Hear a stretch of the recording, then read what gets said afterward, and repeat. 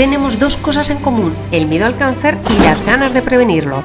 Según la OMS, el 40% de los casos se pueden prevenir. Invitamos a una eminencia en oncología, el doctor Ricardo Cubedo, quien nos dará consejos prácticos que todas podemos incorporar en nuestro día a día para reducir nuestro riesgo. Además, nos comparte su visión sobre la tan polémica terapia hormonal de la menopausia y qué avances nos ofrece la ciencia, como el futuro test de detección precoz multicáncer. No te pierdas este episodio en el podcast de Womanhood, Hace calor y soy yo. Doctor Ricardo Cubedo, muchísimas gracias por recibirnos. Pues te iba a dar la bienvenida. Gracias a ti y a tu equipo por invitarme. No, estamos en tu casa, Que, oye, qué maravilla, ¿no? La casa sí. chula. Sí. Estamos en Atria Clinic, Atria aparte de lo que yo no sabía es que aparte de ser pioneros en cardiología, tenéis aquí la Fundación Solomed. Sí, la Fundación Solomed, que está empezando a dar sus primeros traspiés casi más que pasos. Pues tiene aquí su sede, aquí la inventamos y aquí vamos a empezar a hacer cositas. Pues no puede ser un sitio más bonito, porque Es cuando he muy entrado chulo. he pensado, ¿qué es una clínica o un museo? Un museo. Mira, tenemos 49 obras de arte contemporáneo originales. ¡Wow! De pintura, escultura, arte textil, cerámica, arte digital, videoarte, o sea, 6 soportes. ¡Qué pasada!, ¿no? O sea, hay montón de ganarías se darían de tortas por tener lo que tenemos aquí en la clínica. Luego nos dejarás unas fotitos, sí, ¿no? Para compartir. Sí, claro. Bien. Bueno, está. pues además me encanta hablar de un tema que es muy delicado. Y mira, el otro día estaba pensando, qué difícil es que los humanos no nos pongamos de acuerdo en algo. Yo creo que una de las cosas en que el todos miedo estamos... al cáncer. Sí, el miedo al cáncer. Es como... Es que cuando llama a tu puerta, cuando digo tu puerta era un familiar, un amigo, es como que ¡buf!, te trastoca, tiene algo metafórico, tu vida, ¿no? Porque es un miedo distinto que el miedo a un infarto o el miedo a un accidente de tráfico, que también son causas muy frecuentes de muerte, de hecho el infarto más que el cáncer, pero no, ahí tiene algo que toca muchas fibras que no tocan otras enfermedades. Oye, estaba escuchando, yo estaba leyendo datos, ¿no? Pues obviamente tenía que venir preparada. Y leí que hay una previsión de aumento del cáncer, o sea, para el 2024, que va a aumentar como un 2,6%, ¿no? Más o menos. ¿Por qué? Mucha tela que cortar, ¿no? Que decir, no es así tan sencillo. El cáncer está aumentando por diversos motivos, pero vamos, en nuestro ámbito, hablemos en nuestro ámbito de país occidental y tal, entre un 1 o un 2% cada año, pero en personas menores de 50 años. En personas menores de 50. O sea, lo que está aumentando es el cáncer, llamemos temprano o juvenil, no juvenil en el sentido de 20 años, pero no el cáncer típico del sesentón, del setentón, que está más o menos estable. Algunos de una manera absolutamente abrumadora, y el más llamativo es el cáncer de colon. El cáncer de colon, que está descendiendo en personas mayores. En personas menores de 50 años, desde el 2000 ha aumentado un 40%. En personas menores de 50 años. Cuando leí el dato pensé, hombre, obvio, si la población envejece... No, pues que claro, es lo primero que piensas. Dices, hay más gente, más cáncer, hay más ancianos, más cáncer. Vale, compensas por eso y los segregas por edad y no. Es la población juvenil en la que están aumentando en realidad todas las enfermedades crónicas y entre ellas el cáncer. ¡Qué barbaridad! ¿Y a qué se debe? Pues esa es una de las cosas más difíciles de investigar, a qué se deben las enfermedades, cuando no son enfermedades infecciosas y tal, porque es un montón de factores diferentes, muchos de ellos desconocidos, con lo cual es muy difícil de atribuirlo a algo.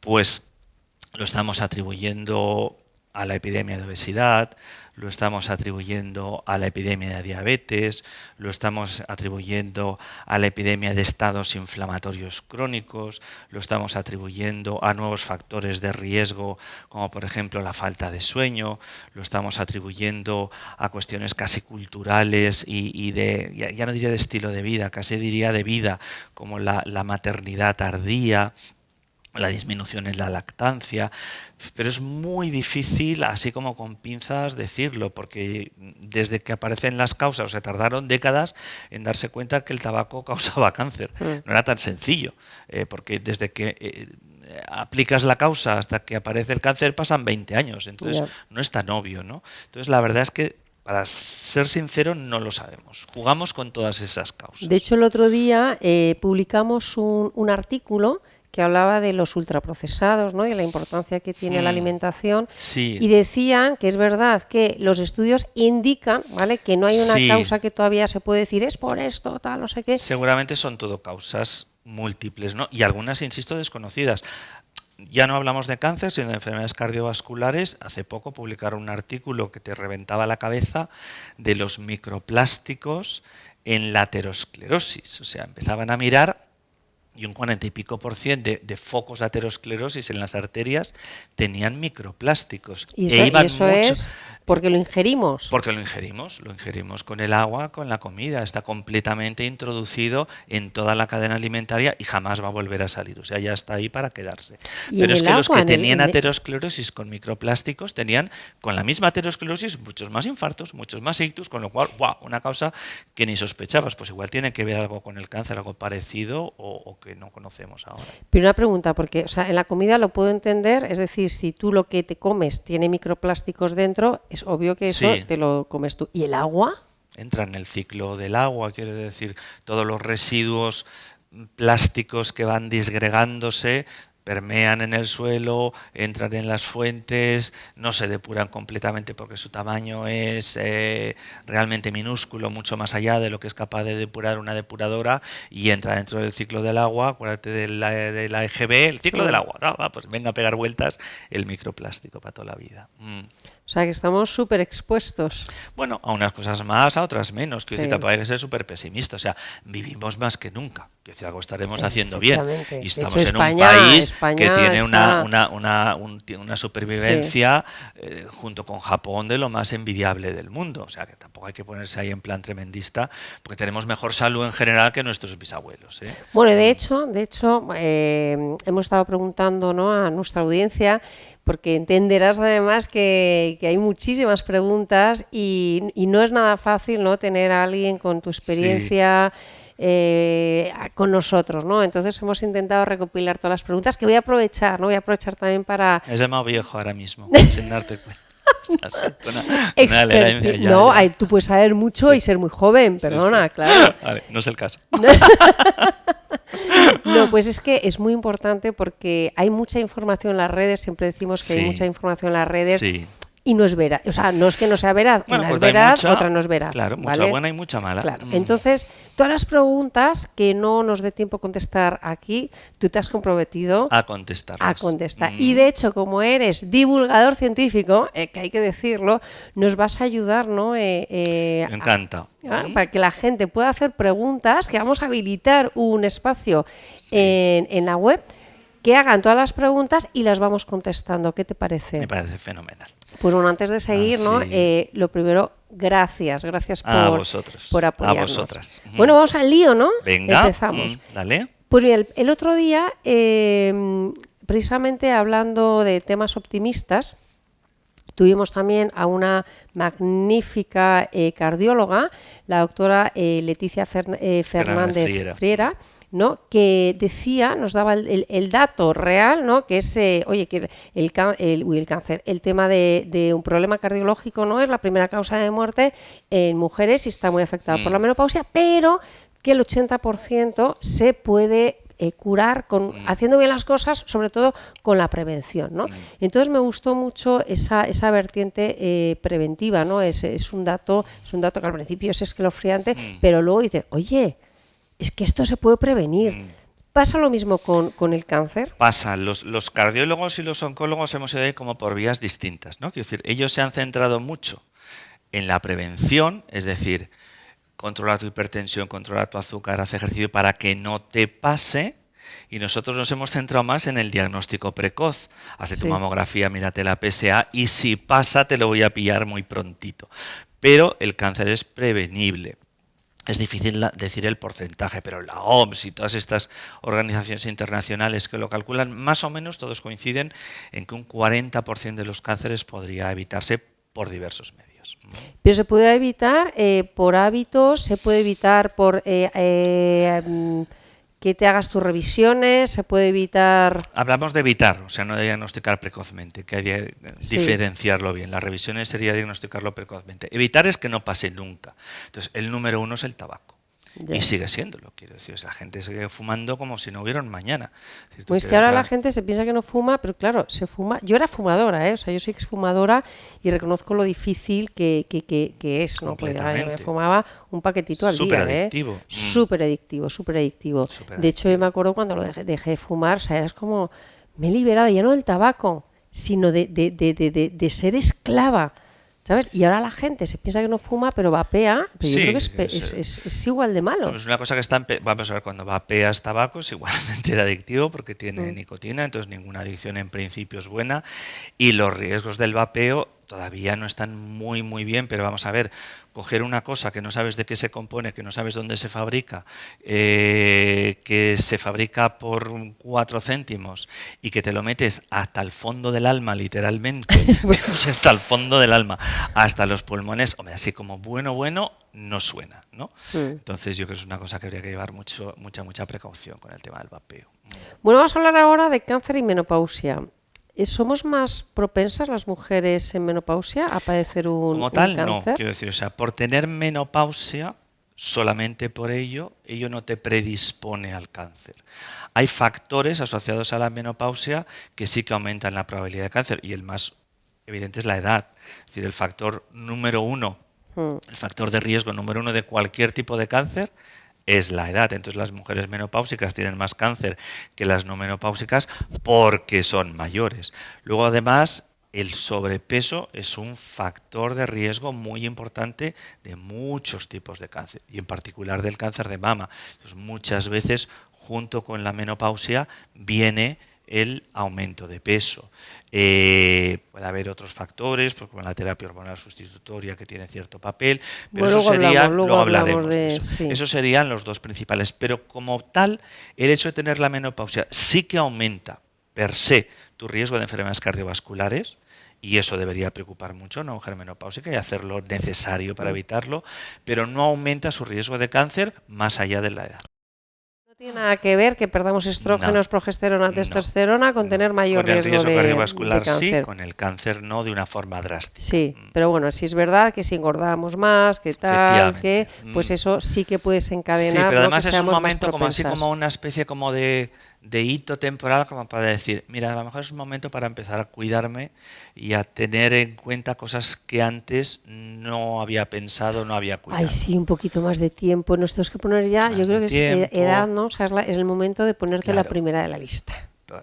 Sí. Y cuidarte un poquito más, ¿no? De no ir corriendo a todas partes, de más tiempo de relax, que relaxes o incluso...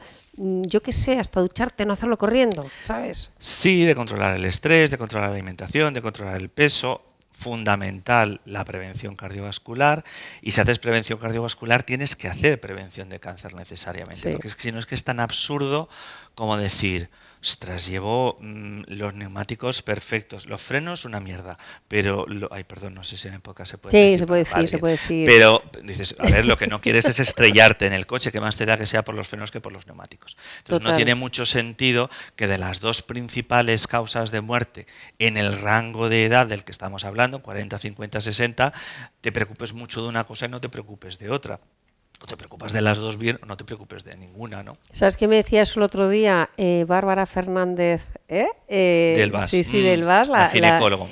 Sí, que me decía, ¿has hecho esto? Sí, esto. Entonces era como 5 sí, 5 no, ¿no? Claro. Y era, hola, Lucía, por favor, ponte las pilas. Y es lo mismo que acabas de decir, que el coche tiene muchos... Te tienes que mirar los sistemas de seguridad fundamentales, tenerlos todos vistos al mismo tiempo. Pues exactamente lo mismo con el cuerpo, ¿no?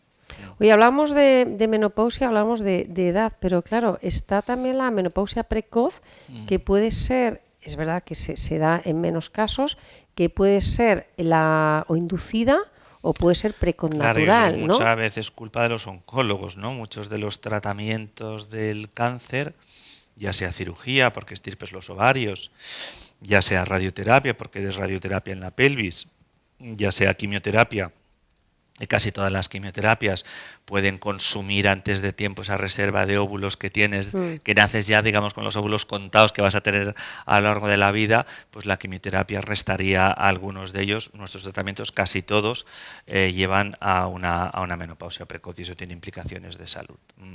Claro, pues tienen que llevar absolutamente los mismos cuidados, ¿no?, que una persona que con la edad de, digo 51 porque es la media. Más porque tienen más tiempo. Quiero decir, piensa en una cosa, pues la osteoporosis, por decir algo, ¿no? Quiero decir, la pérdida de peso del hueso, que se vuelve como piedra pómez, ¿no?, con la osteoporosis.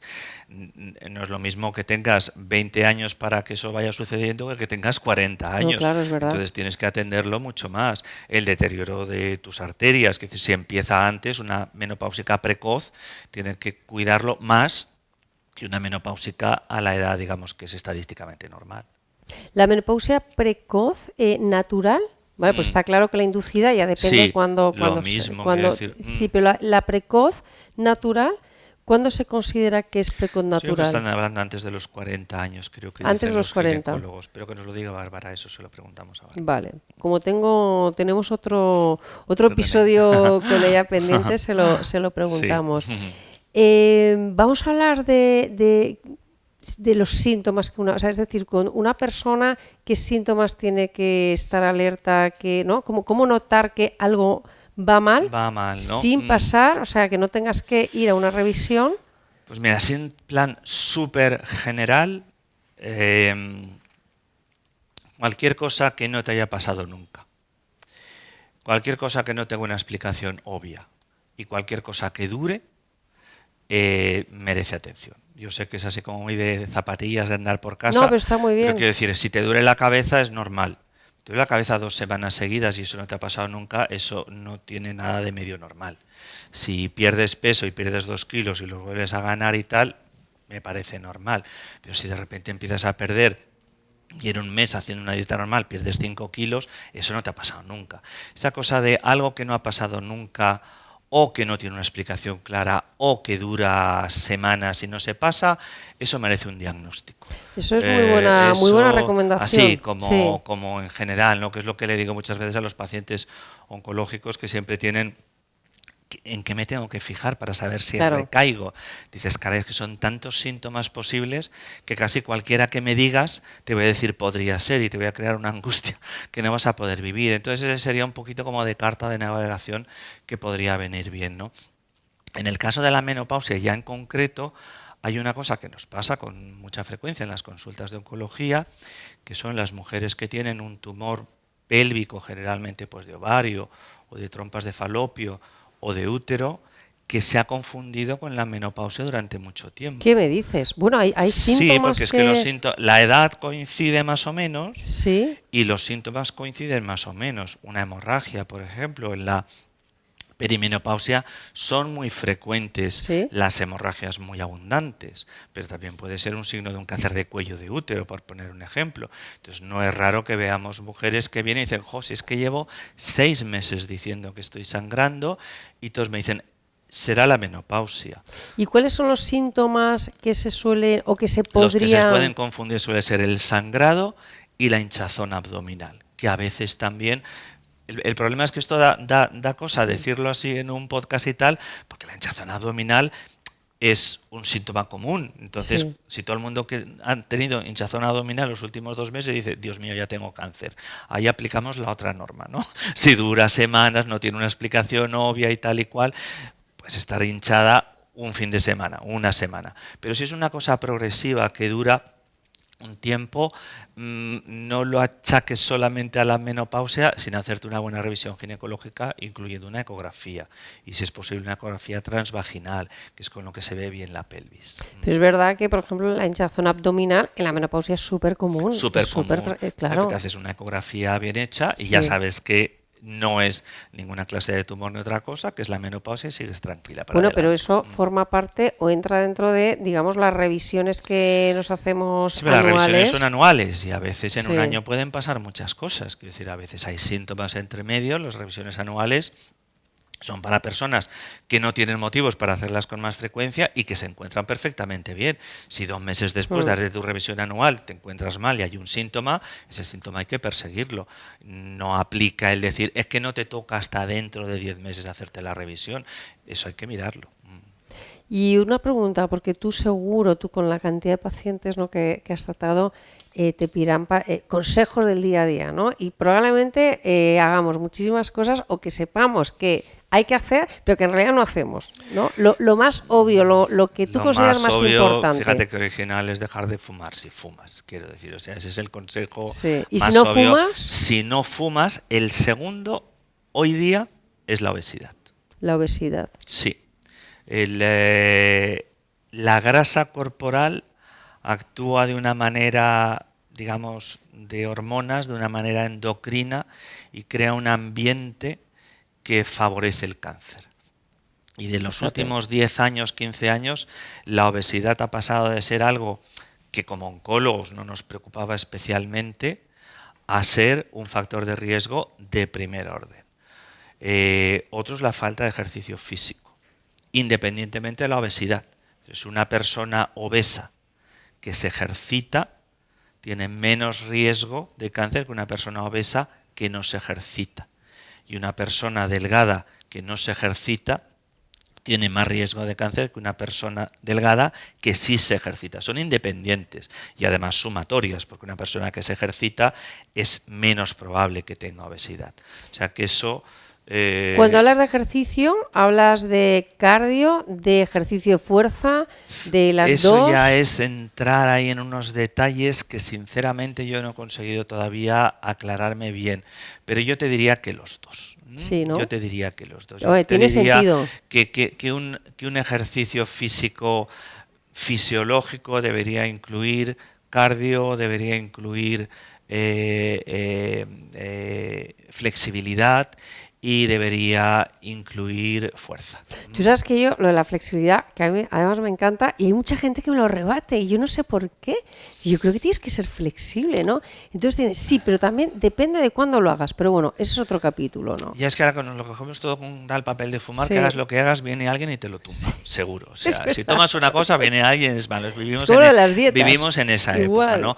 Pero en la vida ya de edad anciana, una de las cosas que más calidad de vida quita y que más independencia quita es la falta de una movilidad competente. Y eso tiene una parte que es la pérdida de músculo y otra parte que es la pérdida de flexibilidad de las articulaciones. Entonces, cualquier cosa que promueva el llegar a esa edad de mayor con una flexibilidad ahí bien trabajada, yo creo que es invertir en una edad anciana más sana, más independiente de calidad. Y sin darle el peñazo a tus hijos. Sí, hay que envejecer, pero con calidad. Sí, sí señor. Oye, no puedo pasar por alto el no preguntar, o sea, te tengo que preguntar sí o sí por la terapia de reemplazo, la terapia hormonal de la menopausia. Es que como ha cambiado de nombre, ahora. Sí, claro, sí, antes sí, era la TRH. Sí, es ahora como se llama, pero bueno, todo el mundo sabe lo que es. Ponerse hormonas después de tener la menopausia. Porque es súper controvertida y sigue siendo controvertida.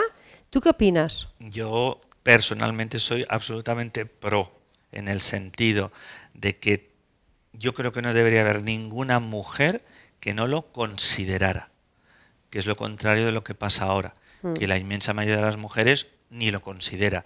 Considerarlo quiere decir informarse, sentarse con un profesional que entienda de ello, si te cruje la opinión que te han dado, buscarte otra opinión, pensarlo bien y decidir. Y luego ya decides lo que quieras. Eso es considerarlo. Considerarlo no es de paso que hay una barbacoa, preguntarle a tu cuñado médico que está por ahí, que es oftalmólogo, y que te diga no sé qué, y dices, ya está, era que ya no, me ha confirmado, yo, ¿no? Eso sí. no es considerarlo. Considerarlo es mucho más serio. Yo creo que siempre se debería considerar y que hay muy buenas razones para darle el sí y no el no. De hecho, todos sabemos que la mala fama viene por el famoso estudio, tal, que ahí no nos vamos a detener. Pero es curioso cómo incluso en el tema médico, ¿no? O sea, en colegas tuyos hay muchísima controversia también. O sea, no Sí, hay se ha una quedado, bueno, opinión. esto fue portada del New York Times en su fecha, en el año 2000, si no me Sí, equivoco, por ahí, por ahí. y esto de que produce cáncer y por tanto no hay que tomarlo ha quedado marcado a fuego. Y es verdad que aumenta un poco la incidencia del cáncer de mama, pero lo tienes que mirar de una forma global. Es decir, si yo te dijera ahora, ¿tú harías algo que multiplica por 400 o por 600 el riesgo de tus hijos de morir? ¿Me preguntas a mí? Sí. Pues hombre, obviamente no. No, pues obviamente sí, porque te has ido con ellos en coche de vacaciones en lugar de en tren. Estamos hablando de la primera causa de muerte en el rango de edad de tus hijos. O sea, no te estoy hablando de que te caiga una caja fuerte, ¿eh? Estoy hablando de Fíjate, un accidente de nunca lo había tráfico. pensado. Pues, o sea, si tú tomas la decisión de en lugar de irte a Cádiz en coche, irte en tren, automáticamente disminuyes por 400 o 600 la posibilidad de tus hijos de morir en un accidente de tráfico. Y lo haces porque lo juzgas en conjunto y dices, bueno, eso lo sé porque no ignoro que puede suceder, pero tiene unas ventajas familiares de ocio evidentes, lo puedo compensar de alguna manera porque yo conduzco bien, con precaución, voy atento, no bebo y tal y cual, y aunque sea inconscientemente tomas esa decisión, pero no fijándote solamente en ese dato. Entonces lo mismo pasa con muchas cosas médicas, es decir, si tú te fijas, haces así con pinzas y coges el efecto adverso que te interesa, pues entonces no tomas nada, pero tienes que mirar en su conjunto. Y Total. la terapia hormonal de la menopausia, en general, en la mayoría de las mujeres, puede tener unas ventajas que superan con creces ese ligero aumento de la incidencia de cáncer de mama, que si lo haces bien, y deberías, y es el momento, eh, se puede diagnosticar precozmente casi siempre. Me mondo de la risa cuando alguien dice, o una mujer, o un médico que recomienda, no tal porque aumenta el riesgo de cáncer de mama. Y dices, bueno, ¿y qué diagnóstico precoz te haces? Dice, no fui a mi ginecólogo desde la última vez que parí. Dice, vale, fenomenal. Ya. Estupendo, quiero decir, o sea, no tomas esto por el miedo al cáncer de mama y no te estás haciendo un seguimiento correcto. O estás haciéndote una mamografía, en la primera fase pone mama densa, que casi es como decir, todo lo que ponga a continuación no es demasiado fiable, deberías hacerte una resonancia y nadie te ha dicho eso. Entonces son cosas que no casan unas con otras, ¿no? ¿Y por qué? Porque, bueno, claro, clarísimo. Y una pregunta, ¿por qué la gente dice o se dice que si has tenido un cáncer, por ejemplo, no puedes tomar esta terapia? Eso es diferente, quiero decir, estamos hablando de la mayoría de las mujeres, quiero decir, las mujeres que han tenido un cáncer de mama, de los tipos que tienen receptores hormonales positivos, digamos de los que engordan con las hormonas, hay estudios bien hechos que demuestran que la terapia hormonal sustitutiva ¿Mm? aumenta significativamente su posibilidad de recaer. Y esto ya es un partido de un juego completamente distinto, porque no es una cosa que puedas diagnosticar precozmente, tratar y curar. Recaer en una mujer que tiene un cáncer de mama muchas veces es metástasis. Y eso ya compromete tu vida. Eso es otra cosa distinta que alguien que no ha tenido un cáncer de mama y que puede aumentar un par de puntos porcentuales su probabilidad de tener un cáncer que diagnosticado precozmente se cura. Otra cosa es que ya lo has tenido y que es del tipo que eso puede alimentar una recaída. Esa sería Pero es una de un persona. tipo. Es de un tipo, quiero decir, una mujer que ha tenido un cáncer de mama de ese tipo concreto, no se le debería aconsejar que hiciera este tipo de tratamiento o lo hace asumiendo un riesgo muy alto. Vale, pero si es un cáncer de mama de otro tipo o un cáncer de ovario o un cáncer de lo que Hay sea, muchos tipos de cáncer, incluidos de mama, que no tienen ninguna relación con las hormonas, entonces lo pueden disfrutar de los efectos del tratamiento hormonal de la menopausia exactamente igual que si no hubieran tenido el ¿y cáncer. esto quién te lo indica? ¿Tu ginecólogo o Pues tu debería ser tu oncólogo? oncólogo. El Debe oncólogo, ser tu ¿no? oncólogo. Debe ser tu oncólogo, pero bueno, pues a veces, incluso entre los médicos, sigue habiendo prejuicios, sigue habiendo Sí. cosas. Entonces, yo creo que la gente se tiene que informar por bastantes sitios, tiene que pedir segunda opinión y yo creo que casi todo el mundo cuando algo le cruje lo nota, ¿no? En la Sí. información, ¿no? Entonces, infórmate primero, procura informarte en buenos sitios, contrasta la información y si no te casa, ve pidiendo alguna otra opinión. ¿Qué consejo más bueno, más práctico? Como se nos está acabando el tiempo, Ricardo, no, pero bueno, vamos a hacer muchas más. Pero quiero lanzarte unas 3 preguntitas que además son para irnos con buen rollo, ¿vale? La primera es, ¿algún avance científico que quieras compartir? Porque claro, esto avanza mucho, ¿no? Vas leyendo. Pues a ver, así de los últimos años, cosas que vienen, los test de detección precoz multicáncer, que son análisis de sangre, detectan el ADN del cáncer en la sangre y ¿Ah, sí? probablemente en poco tiempo podamos revolucionar el diagnóstico precoz del cáncer, Qué además bueno. diagnosticando muchos tipos de cáncer al mismo Como si fuese una tiempo. extracción de sangre que te lo... Como si fuese, no, una ¿Es extracción una de extracción sangre, de sangre? efectivamente, o incluso en orina. Bueno, me parece... Ese sería uno. Otro ha sido la inmunoterapia, que ha revolucionado el tratamiento del cáncer y curado a muchos pacientes ¿Qué que es antes... la La inmunoterapia es hoy día la cuarta pata del tratamiento del cáncer, junto con la cirugía, la quimio y la radioterapia. Son fármacos que lo que hacen es movilizar tus defensas contra el cáncer. Un día podríamos hacer uno de esos porque es chulo que te mueres. Ah, pues Sí, sí, sí, sí, sí, es sí. muy bonito. Es muy Recogemos, bonito. recogemos el guante. Es muy bonito. Y bueno, la inteligencia artificial nos va a ayudar mucho a obtener datos que por nosotros mismos no podemos. ¿Tú eres pro inteligencia artificial? Sí, claro. Bueno, no todo el mundo lo es, Sí, ¿eh? O sea, sí. y Claro, conozco a muchos médicos que son reacios.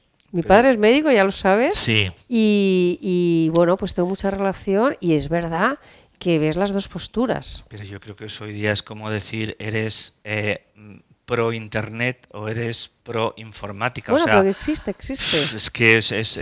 es una es algo que va a ser el suelo que pisamos a partir No, de yo soy ahora pro total, ¿eh? continuamente. Yo soy Quiero pro decir, total como todo lo puedes sí. usar bien o lo puedes usar Sí, mal, como usándolo internet, bien, exactamente. con Pero no conciencia, puedes sí. imaginar prescindir de internet. O sea, No. es que no, o sea, ¿Te imaginas buscando hoy una estaba dirección leyendo un artículo súper divertido de toda la oposición que había a los tomates cuando se introdujeron. A los tomates, ¿sí? sí, a la electricidad, al tren de vapor, o sea, cualquier cosa de Sí. estas, siempre hay un movimiento al principio Sí. en contra, que tampoco está mal como contrapeso. No, pero bueno, tiene que estar, eso sí, Pero, siempre sabiendo o sea, utilizar bien todo, no solo la tecnología, cualquier cosa. ¿Y algún dato curioso que quieras compartir con nosotros que no sepamos o que sea poco conocido? Pues los tiburones sí tienen cáncer, ¿vale? Es decir, está el mito este de los tiburones no tienen cáncer, y de ahí lo del cartílago de tiburón. ¿Ah, sí? Y todo, sí, pobres tiburones. Pensaba que me estabas tomando el pelo. No, lo del cartílago de tiburón, porque como terapia alternativa y tal, porque los tiburones no tienen cáncer.